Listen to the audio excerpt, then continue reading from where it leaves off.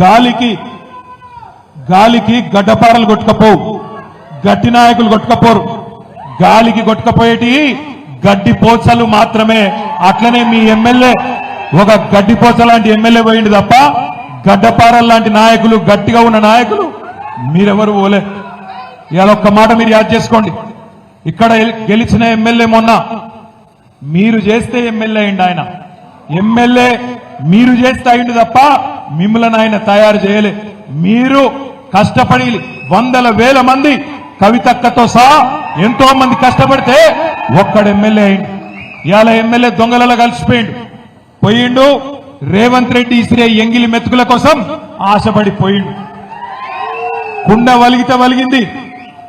వలిగితే వలిగింది కానీ కుక్క బుద్ధి తెలిసింది అన్నారు. గట్ల మీ ఎమ్మెల్యే బుద్ధి ఇవాళ తెలిసి వచ్చింది. ఒక్క మాట ఆలోచించండి. అభివృద్ధి కోసం పోయినా అంటుండు. ఏం అభివృద్ధి? ఏం చేస్తా అన్నాడు రేవంత్ రెడ్డి? కేసీఆర్ జగిత్యాల జిల్లా చేస్తే నేను జగిత్యాల జిల్లా రద్దు చేస్తానందుకు పోయినవా? లేదా కేసీఆర్ మెడికల్ కాలేజ్ పెడితే, నర్సింగ్ కాలేజ్ పెడితే దాన్ని రద్దు చేస్తా అంటే పోయినవా? దేనికోసం పోయినావు? కేసీఆర్ 4500 డబుల్ బెడ్రూమ్ ఇల్లు మీ జగిత్యాలలో ఎక్కడ లేదు. రాష్ట్రంలో సిరిసిల్లలో లేదు, సిద్దిపేటలో లేదు, గజ్వేల్లో లేదు, కోరుట్లలో లేదు, ఎక్కడ లేదు. మీ జగిత్యాలలో 4500 డబుల్ బెడ్రూమ్లు కేసీఆర్ ఇస్తే దాన్ని అలా రద్దు చేయమని పోయినవా? దేనికోసం పోయిండు మీ ఎమ్మెల్యే? ఏ అభివృద్ధి ఆశించిపోయిండు? ఒకటే ఒక్క అభివృద్ధి ఆయన ఆశించింది. వాళ్ళ ఇయ్యపోనికి బిల్లులు రావన్నట, ఈయన క్రష రాగద్దట. అంతే, ఏం లేదు. ఆయన సొంత అభివృద్ధి 4 డబ్బులు సంపాదించుకోవాలనే తాపత్రయం తప్ప మీకోసమో ఊర్ల కోసమో జగిత్యాల పట్టణం కోసమో పోలేదు. దయచేసి నేను మిమ్మల్ని కోరేది ఒకటే, మీ వల్ల ఎమ్మెల్యే అయ్యిండు, మీరు చేస్తే ఎమ్మెల్యే అయ్యిండు. నిజంగా రేషం ఉంటే డాక్టర్ సంజయ్, రేవంత్ రెడ్డి, నేను ఒక్కటే అడుగుతున్నా, దమ్ముంటే పదవికి రాజీనామా చేసి తిరిగి ప్రజల దగ్గరికి రా. చెప్తారు నువ్వు చేసింది కరెక్టా కాదా, ప్రజలు చెప్తారు. మీకు ఒక 2 విషయాలు నేను చెప్పాలా. మొదటిది ఏంటి అంటే, కొంతమంది అంటారు, అన్నా ఆనాడు మనం అధికారం ఉన్నప్పుడు కూడా కాంగ్రెస్ వాళ్ళని చేర్చుకున్నాం కదా, కాబట్టి ఇప్పుడు వాళ్ళు చేసేది కూడా కరెక్టే అని కొంతమంది అక్కడక్కడ కాంగ్రెస్ వాళ్ళు సన్నాయి నొక్కులు నొక్కుతారు. మనం చేసిన దానికి వాళ్ళు చేసిన దానికి తేడా ఏందో మీకు తెలవాలి. ఈ పార్టీ ఫిరాయింపులు ఎవరు చాలు చేసిండ్రో కూడా మీకు తెలవాలి. ఒక్కసారి దయచేసి గతంలో చూడండి. ఈ భారతదేశంలో ఆయారాం గయారాం అనే కల్చర్ అనే సంస్కృతి, ఆ విష బీజానికి ఆనాడు మొక్క దొడిగింది ఎప్పుడు అంటే, ఆనాడు కాంగ్రెస్ ప్రభుత్వం శ్రీమతి ఇందిరాగాంధీ గారు ప్రధానమంత్రిగా ఉన్నప్పుడే హర్యానా రాష్ట్రంలో ఏ ఎమ్మెల్యే గెలిచినా వాళ్ళని గుంజుకునే సంస్కృతికి శ్రీకారం చుట్టిందే కాంగ్రెస్ ప్రభుత్వం. అందుకే భారతదేశంలో అంటారు, ఆయారాం గయారాం అనే సంస్కృతిని ఈ దేశ రాజకీయాల్లో తీసుకొచ్చిందే కాంగ్రెస్ పార్టీ. ఆ తర్వాత 2004లో మనతో పొత్తు పెట్టుకున్నారు. పొత్తు పెట్టుకొని మన ఎమ్మెల్యేలు 26 మంది గెలిస్తే, ఆనాడు అప్పుడున్న కాంగ్రెస్ నాయకులు, అప్పుడున్న కాంగ్రెస్ ప్రభుత్వం మన 10 మంది ఎమ్మెల్యేలను ఆనాడు ఆ పార్టీలో కలుపుకునే ప్రయత్నం చేసింది. చేసిన తర్వాత 2014లో ఈ రాక్షసులతో కొట్లాడి ఇదే కాంగ్రెస్ పార్టీ మెడలు వంచి మీ ఆశీర్వాదంతో, తెలంగాణ ప్రజల దయతో ఆనాడు కేసీఆర్ గారి నాయకత్వంలో తెలంగాణ సాధించుకున్న తెలంగాణలో 2014 తర్వాత మీ అందరికీ ఆదుకుండాలి. ఈ రోజున్న ముఖ్యమంత్రి రేవంత్ రెడ్డి 50 లక్షల రూపాయలతో మన ఎమ్మెల్యేలను కొనుగోలు చేసేందుకు ఆనాడు వచ్చి అడ్డంగా దొరికిపోయి జైలుకు కూడా పోయిన విషయం కూడా మీ అందరికీ కూడా ఆదుకుండాలి. ఆ రోజు మన ప్రభుత్వాన్ని పడగొట్టే ప్రయత్నం చేస్తే, మన ఎమ్మెల్యేలను పైసలు పెట్టి ఎత్తుకపోయే ప్రయత్నం చేస్తే, తెలంగాణ కొత్త రాష్ట్రంగా ఏర్పడ్డా వీళ్ళు నలుపుకోలేకపోతున్నారు. నడపచాతన అయితే లేదు వీళ్లకు పరిపాలన దక్షత లేదు, దమ్ము లేదు, రాజకీయ స్థిరత్వం లేదు అనే పరిస్థితి వస్తే, ఆనాడు తెలుగుదేశం పార్టీ, బీఎస్పీ పార్టీ ఆ రోజు 3/2 మంది మన పార్టీలో విలీనమైంది. మన పార్టీ ఒక్కొక్కరిని ఎమ్మెల్యేలను తీసుకోలే, రాజ్యాంగబద్ధంగా రాజ్యాంగంలోనే ఉంది. ఏదన్నా ఒక శాసనసభ పక్షం 3/2 మంది కనుక వచ్చి ఇంకో పార్టీలో చేరితే అది రాజ్యాంగబద్ధమని చెప్పి, చట్టబద్ధమని చెప్పి రాజ్యాంగంలో ఉంది. మనం ఎన్నడూ రాజ్యాంగాన్ని తుంగలదొక్కలేదు, చట్టాన్ని తుంగలదొక్కలేదు. బీఎస్పీ 2 ఎమ్మెల్యేలు గెలిస్తే వాళ్ళిద్దరు వచ్చి చేరారు. 15 మంది టీడీపీ ఎమ్మెల్యేలు గెలిస్తే 10 మంది వచ్చి చేరిండ్రు.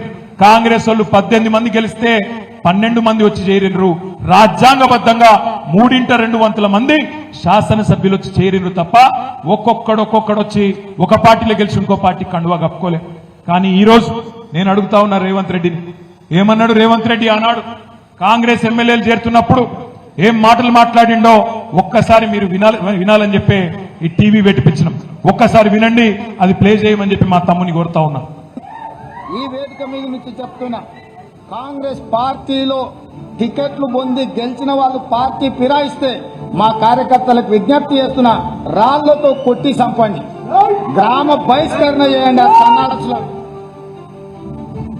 మీ చెమట మీ రక్తాన్ని దారబోసి భుజాల మీద మోసి మీరు గెలిపించి శాసనసభకు పంపిస్తే ఈ సన్నాసులు ప్రలోభాలకి లొంగిపోయి పార్టీలు ఫిరాయిస్తున్నారు. నేను కాంగ్రెస్ పార్టీ కార్యకర్తలకు ఒకటే విజ్ఞప్తి చేస్తున్నా, ఎవడైతే మన పార్టీ హస్తం గుర్తు మీద గెలుస్తాడో రాజీనామా చేయకుండా పార్టీ మారితే రాళ్లతో కొట్టండి, రాళ్లతో కొట్టి చంపండి. గ్రామాలలో అప్పుడప్పుడు చూస్తుంటాం, పిచ్చి కుక్కలు ఊర్లో స్వైర విహారం చేసి ప్రజల్ని తరిమి రాళ్లతో కొట్టేట్లయితే చంపుతారో, కాంగ్రెస్ పార్టీ బీ ఫామ్ మీద గెలిచి రాజీనామా చేయకుండా పార్టీ ఫిరాయించిన వాళ్ళను రాళ్లల్లో ఊర్లలోకి వస్తే రాళ్లతో కొట్టండి అని చెప్పి నేను కాంగ్రెస్ పార్టీ కార్యకర్తలకు విజ్ఞప్తి చేస్తున్నా. మరి ఇప్పుడు మనం ఆలోచించాలా? ఇప్పుడు రేవంత్ రెడ్డి చెప్పాలా ఎవరు పిచ్చి కుక్క, మరి ఎవలను రాళ్లతో కొట్టి చంపాలా? ఒక పార్టీ బీఫామ్ మీద గెలిచినోడు ఇంకో పార్టీలకు పోతే మీ చెమటతో మీ రక్తంతో మీరు గెలిపిస్తే గెలిచినోడు ఇంకో పార్టీలకు ఫిరాయిస్తే ముఖ్యమంత్రి రేవంత్ రెడ్డి చెప్పిండు, ఏమన్నాడు? రాళ్లతోని కొట్టి చంపమన్నాడు. నేను అంటలేను, నా మీద కేసు పెట్టగలరు, ఆయన పేపర్ వాళ్ళు ఉల్టా రాసేది. నేను అంటుంది ఏంటంటే రేవంత్ రెడ్డి చెప్పిండు, మరి ఇలా ఎవరిని కొట్టాలి? రాళ్లతోని రేవంత్ రెడ్డిని కొట్టన్నా? పిచ్చి కుక్కలేక ఎవరిని కొట్టాలి? లేకపోతే మీ ఎమ్మెల్యే సంజయ్ని కొట్టన్నా?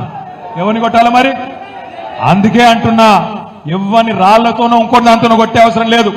రేవంత్ రెడ్డి నువ్వు మొగోను అయితే నీకు దమ్ముంటే తీసుకున్న 6 ఎమ్మెల్యేలతో రాజీనామా చేపి ఓట్లతోని కొట్టి ఆ 6 కూడా శాశ్వతంగా రాజకీయ సమాధి చేసే బాధ్యత తెలంగాణ సమాజం తీసుకుంటుందనే మాట నేను విజ్ఞప్తి చేస్తున్నా. రేవంత్ రెడ్డి రెగ్యులర్ గా అంటుంటాడు, మొగోనివైతే ఇది చేయి, మొగోనివైతే అది చేయి.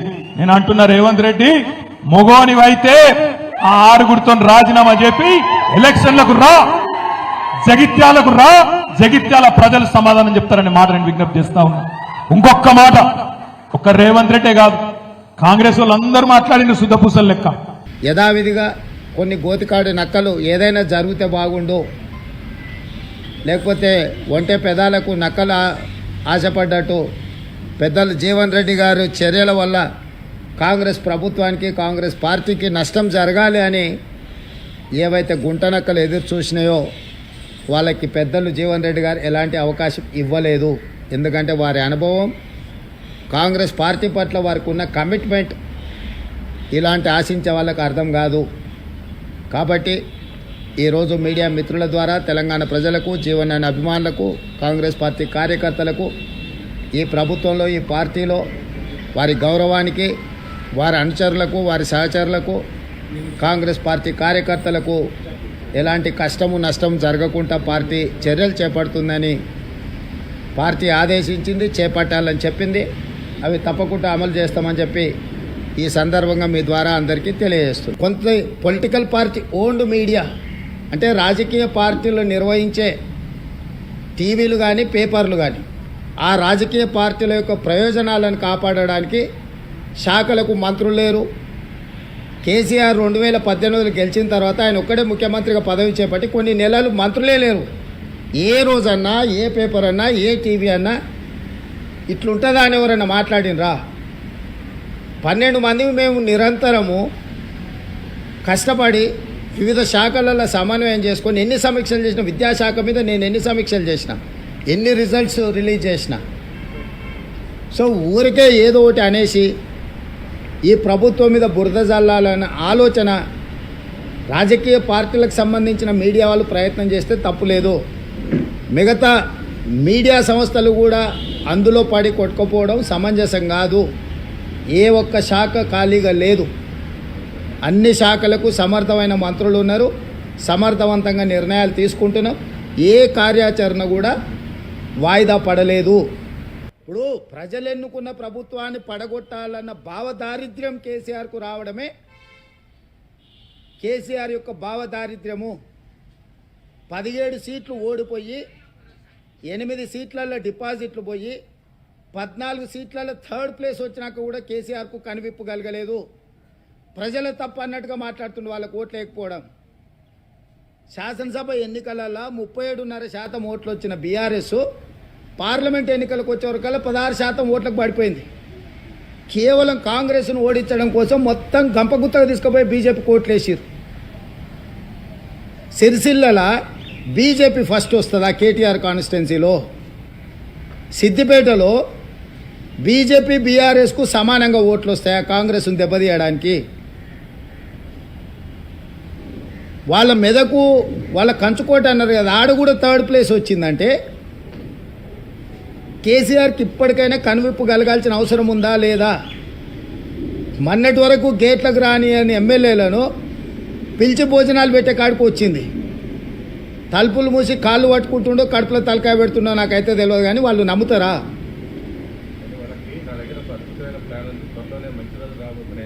గదే గిది పోయి మోడీ కాళ్ళు పట్టుకుంటాం, కడుపులో జోరుతాం, కాళ్ళ సందులో దూరుతాం, ఈ ప్రభుత్వాన్ని పడగొడతాం. ఇదే కదా ఈ పనికిమాలిన ఆలోచనలే కదా.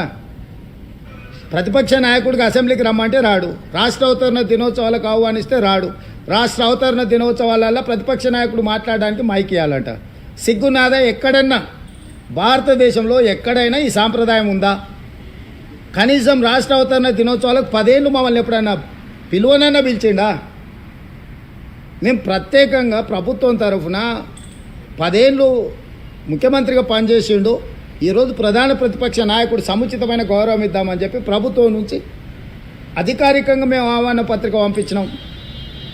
ఏ మాత్రం తెలంగాణ ఉద్యమ సోయి కేసీఆర్ గారికి ఉండి ఉంటే వారు అక్కడికి వచ్చి హుందాగా కూర్చొని 10 సంవత్సరాలు పూర్తి చేసుకుంటున్న తెలంగాణ సంబరాలలో పాల్గొని ఉండేవాడు. తెలంగాణ సంబరాలలో పాల్గొననోడు, ప్రజలు ఎన్నుకున్న తెలంగాణ ప్రభుత్వాన్ని కూలదోయాలనుకునేటోడు ఏ రకంగా ఆయన తెలంగాణ బాగా కోరుకుంటుండు? అంటే స్వార్థము, దోపిడీ, కుటుంబానికి అన్నీ ఉండాలన్న కోరిక, ఇవన్నీ ఎల్లకాలము వాళ్ళని బతికించవు.